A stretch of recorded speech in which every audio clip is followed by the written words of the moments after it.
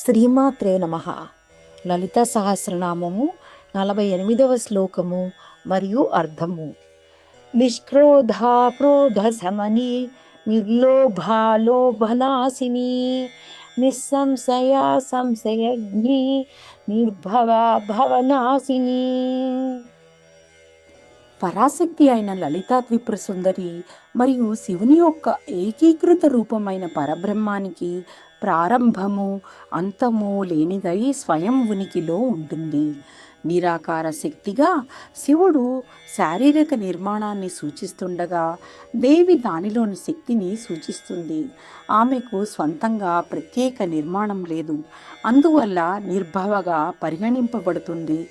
అమ్మ తల్లిదండ్రులు లేనిది మరియు సృష్టింపబడని స్వభావాన్ని ధృవీకరిస్తూ అంతిమ వాస్తవికతగా జ్ఞానం మరియు స్పష్టమైన దృష్టితో ఎటువంటి గందరగోళం మరియు అనిశ్చితికి అతీతమైనది. అమ్మ మానవులను బంధించే జనన మరణాల యొక్క నిరంతర చక్రానికి లోబడి ఉండదు. లలితాదేవి మానవ భావోద్వేగాలైన కోపం, దురాశలకు, అసంపూర్ణతలకు అతీతంగా పరిగణింపబడుతుంది.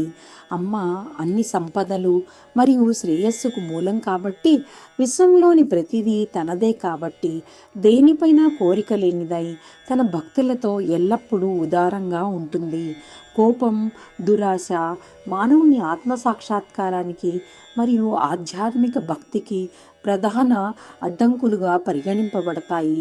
అమ్మను ధ్యానించడం ద్వారా భక్తుడు ఈ హానికరమైన భావోద్వేగాలను నియంత్రించుకోగలడు. లలితాదేవిని భక్తితో పూజించినప్పుడు భక్తుల నుండి అన్ని సందేహాలు, అస్పష్టత మరియు మానసిక గందరగోళాన్ని తొలగించి వారిని ఆధ్యాత్మిక నిశ్చయత వైపు నడిపిస్తుంది. అమ్మ తన భక్తులను ప్రాపంచిక జీవిత బంధాల నుండి విముక్తి చేసి వారిని మోక్షం వైపుకు నడిపిస్తుంది. స్వస్తి.